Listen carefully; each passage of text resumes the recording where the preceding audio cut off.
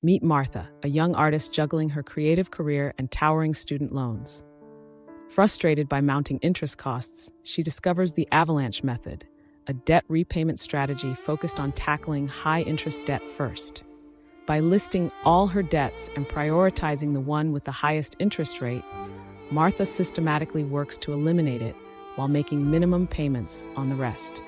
As she pays down each high-interest debt, she moves on to the next, gradually reducing her overall burden. Over time, Martha celebrates a major financial victory by paying off her highest interest credit card, significantly improving her financial outlook and motivating her to continue her journey toward financial freedom.